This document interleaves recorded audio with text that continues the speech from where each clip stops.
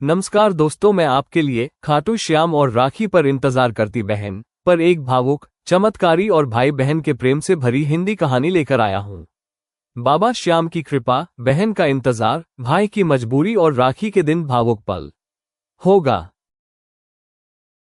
खाटू श्याम और राखी पर इंतजार करती बहन। कहते हैं, भाई बहन का रिश्ता दुनिया के सबसे खूबसूरत रिश्तों में से एक होता है। एक ऐसा रिश्ता जिसमें बचपन की शरारतें भी होती हैं, छोटी छोटी लड़ाइयां भी होती हैं और एक दूसरे के लिए दिल में छुपा अथाह प्यार भी। लेकिन जब भाई दूर चला जाए तो बहन के लिए त्योहार भी इंतजार बन जाता है। आज की कहानी भी ऐसी ही एक बहन की है जो हर साल राखी के दिन अपने भाई की राह देखती थी। और इस बार उसने अपने भाई के लिए नहीं बल्कि बाबा खाटू श्याम से एक ऐसी प्रार्थना की जिसने उसकी पूरी जिंदगी बदल दी। राजस्थान के एक छोटे से गांव में मिट्टी का एक पुराना घर था। उस घर में रहती थी गौरी, लगभग 24 साल की एक सीधी सादी और धार्मिक लड़की। गौरी के माता पिता अब इस दुनिया में नहीं थे। उसका सबसे बड़ा सहारा था उसका छोटा भाई मोहन। मोहन उससे करीब 4 साल छोटा था। दोनों ने बचपन में गरीबी देखी थी, लेकिन एक दूसरे का हाथ कभी नहीं छोड़ा था। गौरी अक्सर कहा करती थी, मोहन, हमारे पास भले ही पैसे कम हो, लेकिन जब तक हम दोनों साथ हैं हमें किसी चीज की कमी नहीं लगेगी। मोहन हंसकर कहता, दीदी, एक दिन मैं खूब पैसे कमाऊंगा, फिर तुम्हें इस छोटे से घर में नहीं रहने दूंगा। गौरी मुस्कुरा देती। उसे क्या पता था कि एक दिन वही भाई रोजगार की तलाश में उससे बहुत दूर चला जाएगा। कुछ साल बाद गांव में काम की कमी हो गई। मोहन ने शहर जाने का फैसला किया। जाने वाले दिन गौरी चुपचाप उसे देखती रही।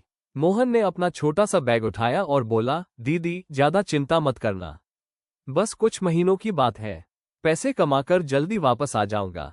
गौरी ने अपनी आंखों के आंसू छिपाते हुए कहा, अपना ध्यान रखना भैया। मोहन बस में बैठ गया। बस धीरे धीरे गांव से दूर जाने लगी। गौरी तब तक रास्ते पर खड़ी रही जब तक बस उसकी आंखों से ओझल नहीं हो गई। उस दिन पहली बार उसे अपना घर बहुत बड़ा और बहुत खाली लगा। कुछ महीने बाद राखी का त्योहार आया। गौरी ने बड़े प्यार से राखी खरीदी। उसने मोहन की पसंद की मिठाई बनाई। सुबह से दरवाजे पर बैठकर रास्ता देखती रही। शाम हो गई, मोहन नहीं आया। गौरी ने खुद को समझाया, शायद काम ज्यादा होगा, अगले साल जरूर आएगा। उसने राखी संभालकर संदूक में रख दी। उस रात बाबा श्याम की तस्वीर के सामने बैठकर बोली, बाबा, मेरे भाई को हमेशा खुश रखना।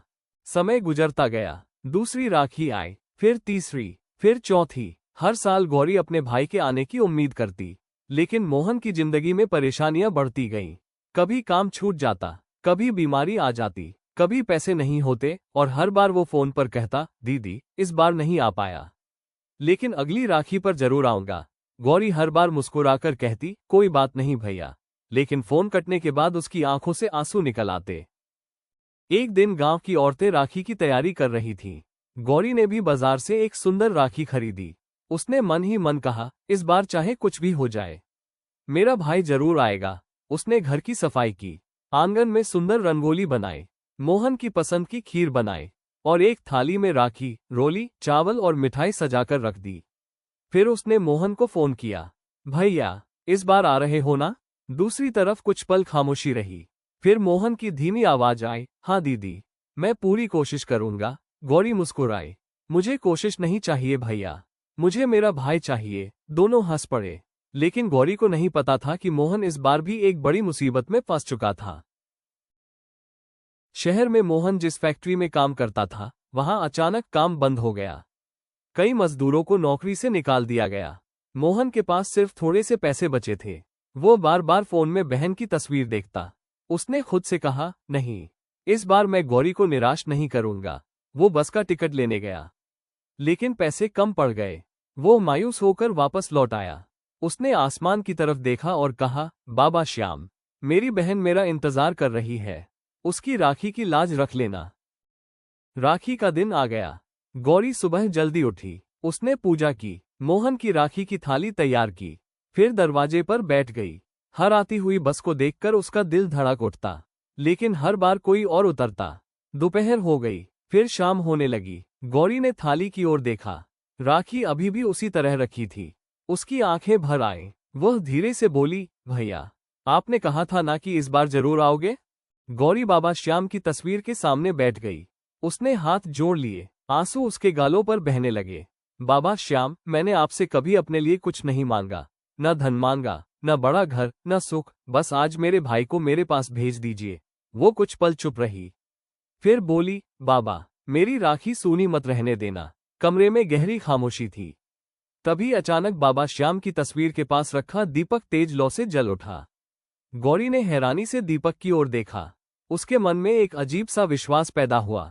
उसने हाथ जोड़कर कहा, मुझे विश्वास है बाबा, आप मेरी बात सुन रहे हैं।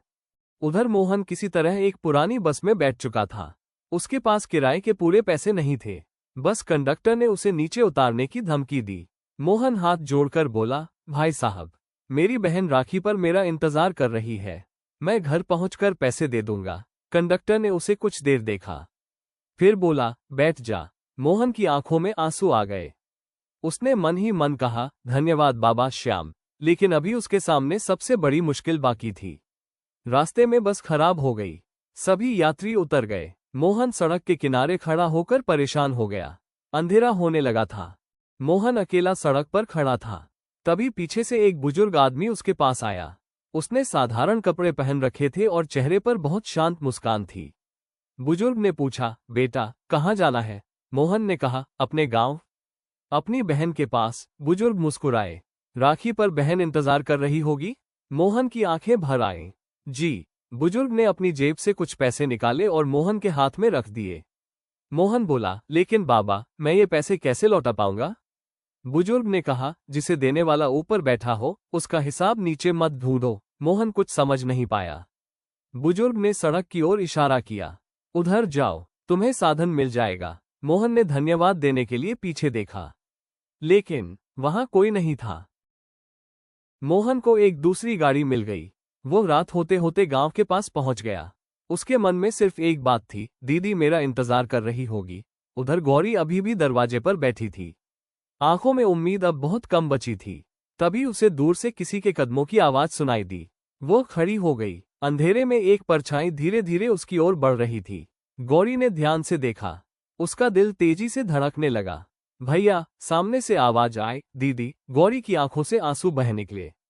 मोहन सामने खड़ा था। गौरी दौड़कर अपने भाई से लिपट गई। दोनों बहुत देर तक रोते रहे। मोहन बोला, दीदी, मुझे लगा था इस बार भी मैं नहीं आ पाऊंगा। गौरी ने कहा, मुझे भरोसा था, बाबा श्याम तुम्हें जरूर भेजेंगे। मोहन ने अपनी जेब से एक छोटा सा कपड़ा निकाला। उसमें उसने बहन के लिए एक सस्ती सी चूड़ी खरीदी थी। वो बोला, मेरे पास ज्यादा पैसे नहीं है दीदी, तुम्हारे लिए बस इतना ही ला पाया। गौरी ने चूड़ी हाथ में लेते हुए कहा, भैया, तुम खुद आ गए, मेरे लिए इससे बड़ा तोहफा कोई नहीं। गौरी ने पूजा की थाली उठाई। मोहन उसके सामने बैठ गया। गौरी ने पहले उसके माथे पर तिलक लगाया, फिर चावल लगाए और कांपते हाथों से उसकी कलाई पर राखी बांध दी। उसकी आंखों से आंसू गिर रहे थे। वो बोली, बाबा श्याम से बस यही प्रार्थना है कि मेरे भाई की जिंदगी में कभी कोई कमी ना आए। मोहन ने बहन का हाथ पकड़ लिया। और मैं वचन देता हूं, अब तुम्हें कभी अकेला महसूस नहीं होने दूंगा। दोनों रोते हुए मुस्कुरा दिए। कुछ देर बाद मोहन ने गौरी को रास्ते में मिले बुजुर्ग के बारे में बताया। गौरी ध्यान से सुनती रही। फिर उसने पूछा, भैया, वो बुजुर्ग कैसे दिखते थे? मोहन ने उनका हुलिया बताया। गौरी कुछ पल के लिए बिल्कुल शांत हो गई। उसने बाबा श्याम की तस्वीर की ओर देखा, फिर धीरे से बोली, भैया, जिस आदमी का तुम वर्णन कर रहे हो, बिल्कुल वैसा ही चेहरा मैंने बाबा श्याम की एक पुरानी तस्वीर में देखा था। मोहन की आंखें बाबा श्याम की तस्वीर पर टिक गईं। दोनों भाई बहन कुछ बोल नहीं पाए। उनकी आंखों से आंसू बह निकले। मोहन ने हाथ जोड़कर कहा, हारे का सहारा, बाबा श्याम हमारा। अगली सुबह मोहन शहर वापस जाने की तैयारी कर रहा था। तभी गांव के एक आदमी ने आकर बताया, मोहन, शहर की उसी फैक्ट्री में फिर से काम शुरू हो गया है। पुराने कर्मचारियों को वापस बुलाया जा रहा है। मोहन हैरान रह गया। कुछ दिनों बाद उसे पहले से बेहतर नौकरी मिल गई। अब वो हर महीने अपनी बहन के लिए पैसे भेजने लगा। उसने सबसे पहले अपनी बहन के पुराने घर की मरम्मत करवाई। गौरी की आंखों में खुशी के आंसू थे। वो बाबा श्याम की तस्वीर के सामने हाथ जोड़कर बोली, बाबा, आपने सिर्फ मेरे भाई को राखी पर नहीं भेजा, आपने मेरे घर की खुशियां भी वापस भेज दी। कई साल बीत गए। अब हर राखी पर मोहन चाहे कितनी भी दूर हो, गौरी के पास जरूर आता। एक बार मोहन ने हंसकर पूछा, दीदी, अगर मैं इस बार राखी पर नहीं आता तो? गौरी मुस्कुराकर बोली, तो मैं बाबा श्याम से शिकायत कर देती। दोनों हंस पड़े। फिर मोहन ने बाबा श्याम की तस्वीर के सामने हाथ जोड़कर कहा, बाबा, आपने मेरी बहन का विश्वास कभी टूटने नहीं दिया। राखी सिर्फ कलाई पर बंधा हुआ धागा नहीं है, यह उस विश्वास का नाम है जिसमें एक बहन अपने भाई की लंबी उम्र और खुशियों की प्रार्थना करती है। और जब उस रिश्ते में सच्चा प्रेम हो तो बाबा श्याम भी अपने भक्तों की पुकार सुनते हैं। कभी किसी इंसान के रूप में, कभी किसी मदद के रूप में, और कभी ऐसी परिस्थिति बनाकर जिसे देखकर इंसान बस यही कह पाता है, ये मेरी ताकत नहीं थी, ये बाबा श्याम की कृपा थी। अगर आपके जीवन में भी कोई भाई या बहन आपसे दूर है तो आज उसके लिए दिल से एक बार जरूर कहिए, बाबा श्याम, मेरे भाई बहन को हमेशा खुश रखना। हारे का सहारा, बाबा श्याम हमारा। जय श्री श्याम।